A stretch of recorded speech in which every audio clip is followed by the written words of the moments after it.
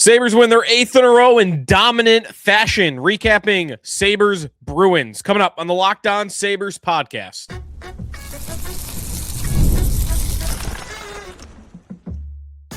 Your Locked On Sabres, your daily podcast on the Buffalo Sabres. Part of the Locked On Podcast Network, your team every day.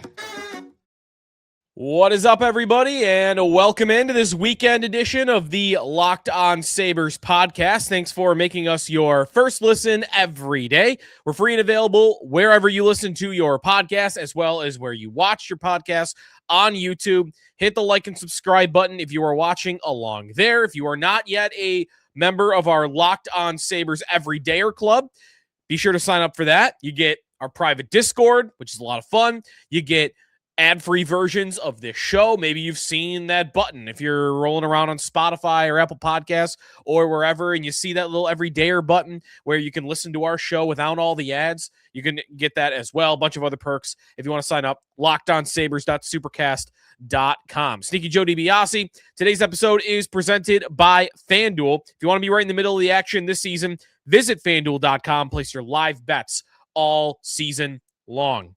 The Sabres win 4-1 over the Boston Bruins at KeyBank Center. It was a great game to watch. It was a great game to be at. The arena sounded very charged up. It was a sellout crowd, and you might have been a little bit worried after 20 minutes of hockey. I know I certainly was. We'll get to that. But, man, I think I said the other night that second period against the Devils was as impressive of a period that I have seen from the Sabres all season long.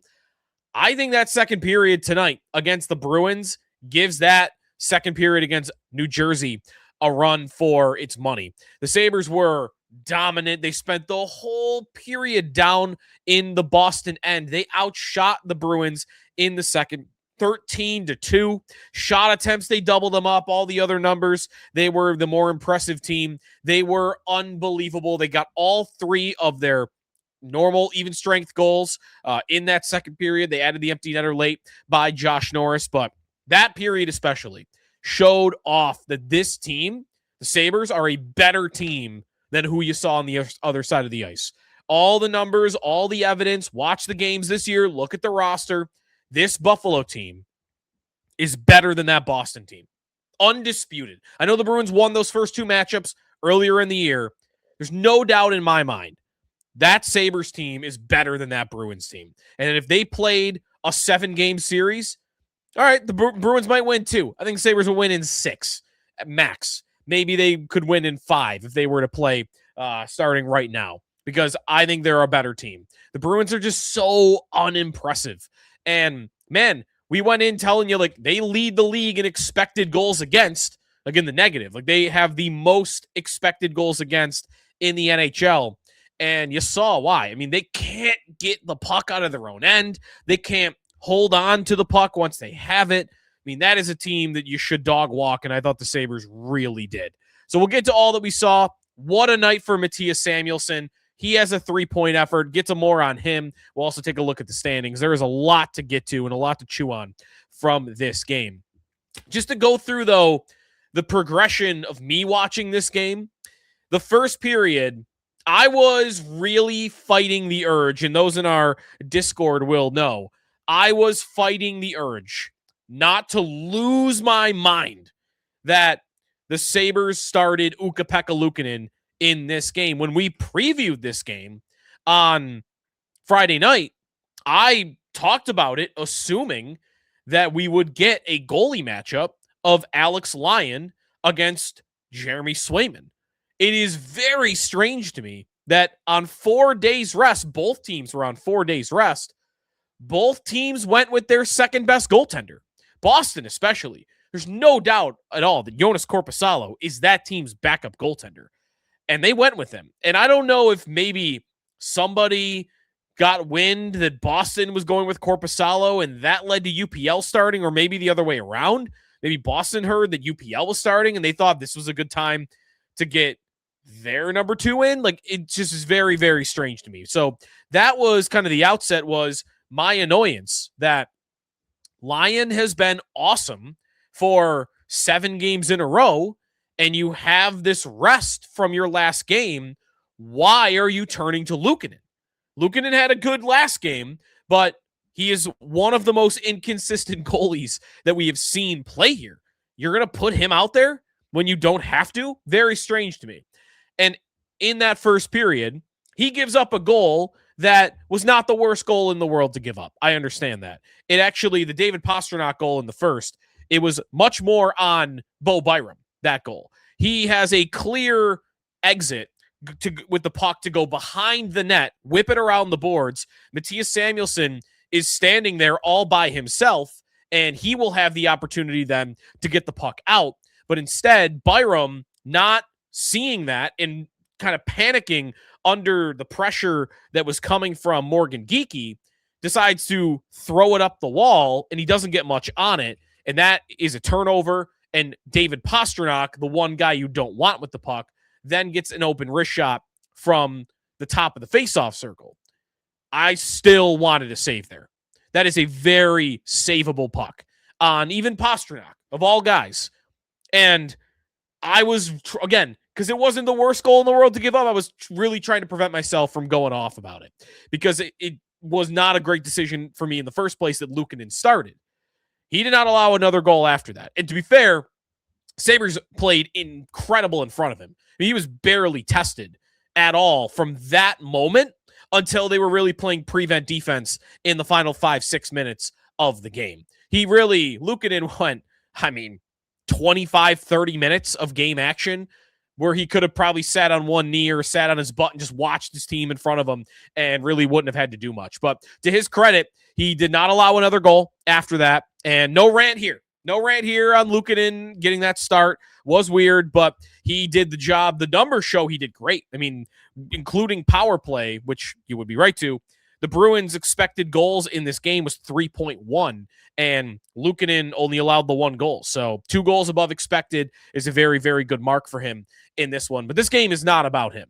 This game was about the dominance that we saw, especially in the second and early into the third period, and they did it without Rasmus Dahlin. No Dahlin, tending to his fiance. He's in Sweden, expected to be back by Monday. That was a late surprise on Saturday that he was not available to play for them, and he wasn't in town to play for them. He's, that's the team knew that. Lindy talked about texting him before the game and, him watching the game. So that was expected, I guess, from the team aspect. It's not like you skipped the game.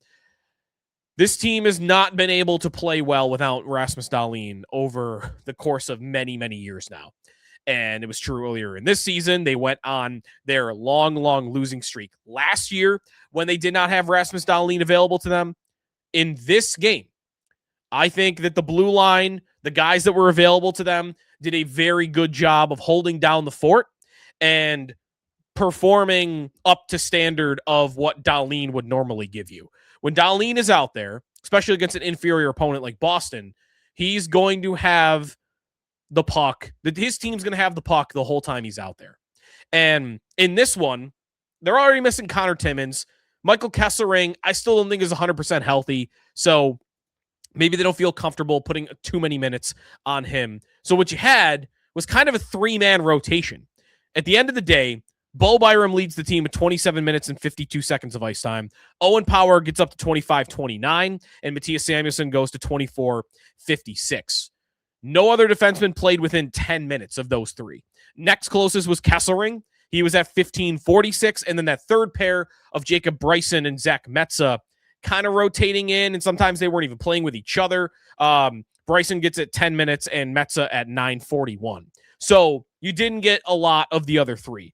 Those big 3 in this game, Byram, Power, Samuelsson, all played really well. Byram was a little bit more up and down. He had that turnover that led to a goal in the first period. The game was a little bit more even when he was out there on the ice. When Power was on the ice, the Sabres dominated tonight.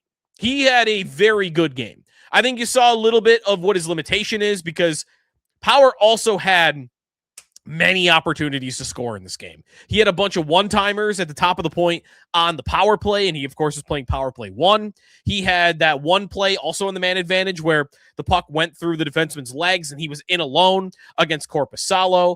And really, none of his shots when he got those grade A scoring opportunities were dangerous at all. But otherwise, he passed the puck well. He got the puck. He had one really bad zone exit in this game. But out of 26 minutes, roughly, he was out there. That was the only big mistake I ever saw him make. Otherwise, he was very, very good. The numbers when Power was out there tonight. The Sabres had 26 shot attempts to the Bruins 9. This is the big one. When Power was out there in this game at 5-on-5, the Sabres outshot the Bruins 20-3. That's incredible. That was a great performance from him, dominating and controlling a game in a very, under the radar, nuanced way, because again, he's not very flashy, but just control the game when you're out there. Owen Power was great. And then to get to the star of the game, the number one star of the game, and we'll get to more on him, Mattias Samuelsson was incredible. But before we get to him, some other things that I wanted to go through. Forward lines, you had great performances really from, I thought, all four of the Sabres lines. Lindy talked about how the continuity of those lines is really helping right now, and they almost have a little bit of competition going between them right now. And in this game, I would probably give the edge to the Ryan McLeod, Zach Benson, and Jack Quinn line. When they were out there, very, very dangerous. They scored 2 goals at 5-on-5. The McLeod wrist shot when he's coming into the zone on the right. And he probably got a little help that the Bruins defender touches his stick and that might have thrown off Korpisalo's timing on that puck just a hair. But McLeod's coming in with speed, and he's a good goal scorer, so give him some credit on that one. And I thought Jack Quinn was phenomenal in this game. Jack Quinn sets up McLeod on that pass. He had a couple of really nice plays. He could have had a couple goals. His shot was dangerous in this one. Benson did what he normally does, shut down plays. He was fighting off guys in front of the net on the Mattias Samuelsson goal. Benson at, 5'9", 180. He outfought. Watch the Samuelsson goal back. He outfights 6'4", 217 Hampus Lindholm and 6'3", 214-pound Andrew Peeke. PK. Those two could not get Benson out from the front of the net. He created the havoc in front that actually was a triple screen because both of those defensemen were trying to get rid of him so that by the time Samuelsson gets the puck, those two have turned around. They're standing in front of their goaltender. Benson is standing in front of the goaltender, and he has drawn those other two into the lane, which means that I don't think Korpisalo ever saw the puck. And if he did, he saw it late and wasn't able to react to it. So Benson, his normal contributions, even if they don't see the score sheet, he was awesome. That line was great. But again, I thought all four of the Sabres lines were really good in this game. Beck Malenstein had some big shot blocks on that penalty kill late in the game to keep it a 2-goal game. Big contributions from all over. Peyton Krebs' second goal of the year on a nice tip on a Tage goal. Overall, great performance from almost everybody, I thought, on the Sabres team. But as I mentioned, the number one star of this game, Mattias Samuelsson, was awesome. And I want to get to the big picture with him and what he did in this game coming back on the Locked On Sabres podcast. Today's episode of the Locked On Sabres podcast is presented by FanDuel Sportsbook. So it's hockey, but also NFL Sundays. We only got a couple left, but they move fast, and the playoff ones move even faster. One big play, suddenly everything feels different. That's what makes live betting with FanDuel so exciting. You're not just watching the game, you are reacting to it in real time. With FanDuel, you can place bets as the action is unfolding. Every drive, every momentum swing, every highlight moment, hockey too. Maybe in this game, you saw how the Sabres were playing in the second period. You thought, okay, let me get them before they become too big of a favorite, and that would have worked out for you in this one. Live spreads, money lines that are adjusting instantly, player props update as guys are heating up. You could bet, next goal score, next touchdown score, drive results, every possibility, every snap, every play, every drive. So if you want to be right in the middle of the action this season, visit FanDuel.com. Place your NFL live bets all season long. FanDuel, the game moves fast, and so can you. Sneaky Joe DiBiase here on the Locked On Sabres podcast. 4-1, Sabres win, 8-game win streak. They have not had a win streak that long, as you probably could guess, since the 10-game win streak in 2018. They will have to do it on the road if they are going to end up matching that win streak, because they've got a couple of games on the road, including Monday in St. Louis. But we got time to get to those games. This game against the Bruins, the Sabres out shooting their opponent in Boston by a total of 34-22. It was much worse than that for a time. Boston piling up a couple of shots later in the game. They really should have been under 20 in this one. They got a lot of shots right at the end of the game. Other stats from this game, the Sabres continue, by the way, just a little thing. They continue to dominate possession in some of these games where they don't win faceoffs. 42% in this one. They actually have one of the lowest marks in the NHL in faceoffs, but you're kind of not seeing that matter a whole lot. So don't think I want to make a big deal of it. Blocked shots, Sabres win that battle in this one. They did hit the power play a bunch, 3 power plays. Well, excuse me, actually, it was 2 power plays, but one of them was a 4-minuter because you had that high sticking in the third period. The Sabres were, buzzing around in the zone, but not able to capitalize. 3 power plays in total for the Sabres. The number one star of this game, he was incredible, and they needed somebody to step up with Rasmus Dahlin out. And as I mentioned, Power did, I think, in a big way, and to a lesser extent, so did Byram. But Mattias Samuelsson, cannot understate the impact that he made in this game and that he continues to make all season. I tweeted this out. I think watching him tonight, I thought to myself, this is the most incredible season-to-season improvement for a Buffalo Sabres player that I have seen, at least. So keep in mind, I'm going back to about, 2000, roughly, 2001, 2002. For me watching this team, the most incredible season-to-season improvements, I think Tage Thompson is the most incredible I've ever seen, because he went from guy that shouldn't have been in the NHL to, wow, this guy's the number one center. Number 2 for me would be Brian Campbell, because kind of similarly, like Brian Campbell was 7th defenseman, wasn't really that great, to he's a number 1 defenseman on one of the best teams in hockey. He's an all-star. He's one of the best offensive defensemen in the league. Brian Campbell, incredible season-to-season improvement. He did have a lockout in between, but whatever. I think the third most impressive one I've ever seen at this point is Mattias Samuelsson. He stunk last year. Right? There's no doubt about it. He was bad last year. He has been injured a lot too, but he was at the center of the biggest crime of the year last year when Tage Thompson got hit against New Jersey and nobody reacted, and he was out there and did nothing about it. He was not physical last season at all. He wasn't shutting plays down. He obviously wasn't producing offensively because he had never done that before. His minutes had gone down. They were the lowest of his career since the 12 games he played as a rookie. Like, you weren't getting anything you wanted from him. And buyout was a real conversation in the offseason. And, you could tell me I should sign an apology form. Maybe I'll do that if you want me to. But that was deserved. Right? Like, the buyout talk about Samuelsson in the offseason was earned. And, good thing they didn't.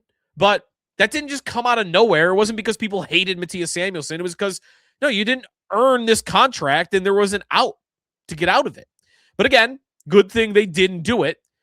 I didn't see this coming at all, and I hope it continues. If he stays healthy, I don't see why it couldn't. He's awesome right now, and he's doing all the things that you would expect him to do with that contract and that size and that frame. He's doing more than that, though. The offensive part of his game, that to me is the part that I enjoy it while it's here, is the approach that I'm taking for his offensive side of his game, because I have a hard time believing that that's going to just be here to stay. But that's not a problem. If that goes away, he scores his 6th goal of the night, or 6th goal of the season, with this, I think it was the game-winning goal, right? That he scores for the Sabres against the Bruins, because it would have been the 3rd goal of the game. So not technically game-winning goal, but there's a big goal. Give yourself a 2-goal lead, middle of the game like that, a little bit more comfort, kind of really put the Bruins down. Big goal. That's his 6th goal on the season. he had 7 goals in his previous 224 games. First 224 games of his career, 7 goals. The last 35 games, which were all in this season, 6 goals. And he's got a heavy shot, so maybe it's not impossible that the goals could continue. The control of the play and some of the assists that he's been making, he really does make. I mean, the McLeod goal is a great pass to get it to Quinn, who then gets it to McLeod. But go back and watch the start of that play. He begins that entire sequence with a hit on Morgan Geekie, who is one of the leading goal scorers in the NHL this season. Behind the net, he catches Geekie when he's not, really expecting it, hammers him into the boards, forces a turnover up the wall. He actually ends up getting the puck back, and he skates it up from his own end through the neutral zone. Right before he gets to the blue line, he passes it off, and they're able to get the goal. That's where he sent it to Quinn, and then Quinn gets it to McLeod, and the Sabres score. He also, by the way, drives down net, takes the defenseman out of it, gives a little bit more space to the shooter. But that play began with the thing you want from him all the time, which wasn't always happening, and this year it is. He is playing a physical brand. He's playing aggressive. He is shutting plays down.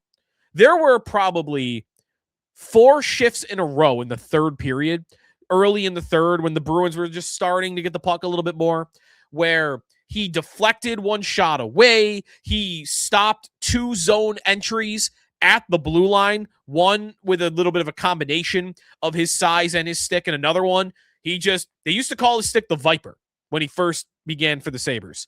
He just throws it out there and it whacks the puck away. At the blue line, he had one of those where he just threw his stick out, long stick, used that reach, shuts a play down. He's doing that consistently. And that's the real value that you want from him on a night-to-night basis. The offensive part of it, big bonus. 3-point night, you're going to be the number 1 star every time, and you deserve it. But the thing that you're really getting from him that I hope never goes away is he's playing like he knows he's the biggest, meanest, most physical player on the ice at all times. And that is a total 180 from where he was, which was a softer, big guy defenseman that wouldn't really punish you and wouldn't really shut plays down enough. And now, man, he looks like a totally different player than what we've seen in previous seasons. So hope he keeps it up. He earned that letter tonight. I think I've said that before, that how is this guy wearing a letter? Wearing an A. And there have been a million times where I've thought that. This year, not happened. And tonight, I thought the complete opposite of, yeah, your captain's out. You need somebody to step up, and this dude's wearing a letter, and he was the guy. Love it. What a season that Mattias Samuelsson is truly having. And there are advanced numbers that show he's one of the best defensemen in the NHL this season, and I'm willing to believe it right now. When we come back, quick look at the standings before we wrap things up, because the Sabres, don't look yet. We're about to show you. They're tied for a playoff spot this moment. We'll get to that when we come back on the Locked On Sabres podcast. Sneaky Joe DiBiase here on the Locked On Sabres podcast. The Sabres and the Blues on Monday, they will go for 9 in a row. Can't wait. Looking at the standings at this moment, the Sabres with their 4-1 win over Boston and a lot of the other results. And at this time of recording, there are still games going on out west, but all the East is done, so don't have to worry about that. Florida lost on the night. Ottawa lost tonight. Ottawa almost came back. They were down big against the Maple Leafs, but Toronto hangs on. The Lightning beat the Panthers in a brawl-filled game down in Sunrise. Those two teams absolutely hate each other, but the Lightning get the result. So at the moment, open up the standings, the Sabres sit with 42 points in 37 games. The Panthers, who by tiebreaker occupy that final playoff spot in the East, 42 points in 37 games. Same amount of points, same amount of games played, same points percentage. The one difference would be that at the moment, the Panthers have the tiebreaker on regulation wins, and the Sabres have 2 overtime losses. The Panthers have 1 more win than them. So on tiebreaker, that makes sense. But that's not the story here. The story here is they've made it up. They've made up the gap. They have gone from bottom of the East to they're the first team out, and it's only on a tiebreaker right now. They've passed the Devils, the Rangers, the Senators, the Bruins, the Penguins, the Maple Leafs, and the Blue Jackets. They had to pass 8 teams to get into the playoff picture, and they've passed 7 of them. It's an incredible win streak. It's an incredible job. 9 or 10 would probably get them into a spot. I'm not really looking at Florida, though. I know, like, they're the final team, and they're not totally healthy yet. I think they're not going to get Barkov back until maybe the playoffs, and they don't have Kachuk back yet. But I still think Florida and Tampa, by the way, who is second in the Atlantic right now, which is only 3 points above Buffalo. It's just tough for me to get to they're going to catch Tampa or they're going to catch Florida. Florida, I'm a little more open to it because, again, they're injured. The teams that I'm really staring at, though, and thinking, all right, that's the spot the Sabres can get. Montreal. Now, Montreal, who was not in action tonight, is currently sitting 3rd spot in the Atlantic with 45 points in 37 games. So same amount of games played as the Sabres, but a 3-point advantage. That team, to me, is vulnerable to a losing streak. I think they are a fine team. I don't think they're a great team. I don't think they're a very good team. I think they're a fine, average hockey team, which is about the tier that I consider the Buffalo Sabres to be. Their win streak's making me wonder if they're a little bit better than that, but I think that that's a team the Sabres are probably, in my opinion, a little bit better than if they're going to get the goaltending, and they have got the goaltending. So that's the spot. Go grab Montreal's spot if Florida is going to keep things together and, Tampa's going to keep rolling here. The other 2 teams that I'm staring at are in the Metro, and I'm not going to go too far in on them because we talked a lot about them in the last couple of weeks when the Sabres have played them. You know my opinion on the Islanders. You know my opinion on the Flyers. I think both of those teams are way worse than the record currently shows.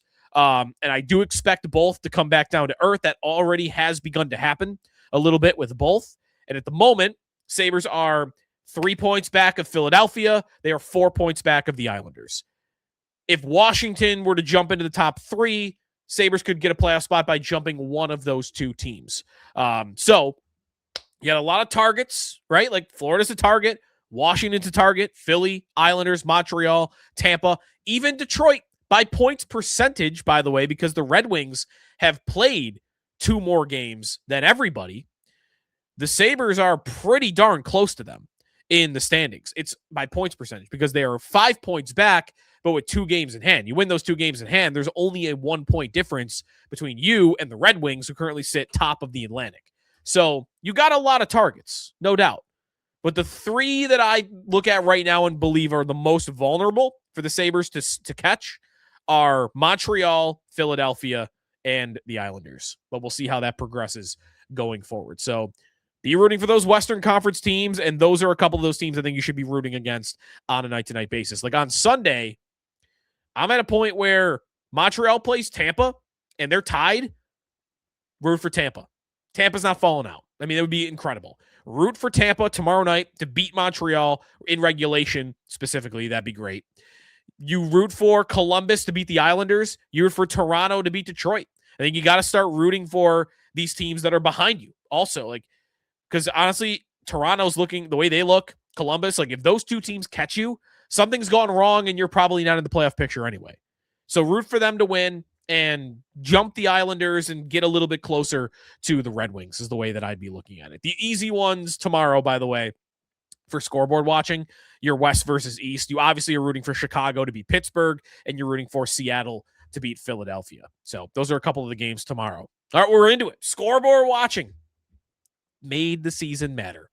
That was the goal, and this win streak has really done it. All right, that's going to do it for us today here on the Locked On Sabres podcast. Next time on the show, we will be previewing the matchup between Buffalo and St. Louis. That is an 8 o'clock puck drop against the Blues on Monday night. They are not a great team. They are below 500 on the season, 14, 16, and 8. We'll get to much more on what's going on there. There's been some trade talk in St. Louis. Are they about to blow things up? So that's the next opponent. They also, by the way, very quickly, and we'll talk more about this again, they have the worst goal differential in hockey, and they have the worst goal differential in hockey by almost double the next worst. They are at minus 36. The next closest team is San Jose at minus 20. Again, we'll get to more on St. Louis on our next show. Talk to you then. Be sure to get into our Locked On Sabres Everydayer Club, our Discord. You got a comment or a question or you want to throw in there. Also, if you want ad-free versions of the show, you can do that too. LockedOnSabres.supercast.com is the place to sign up. The Sabres win 4-1 over the Boston Bruins. We'll talk to you next time on Monday on the Locked On Sabres podcast, part of the Locked On Podcast Network, now the #1 sports podcast network.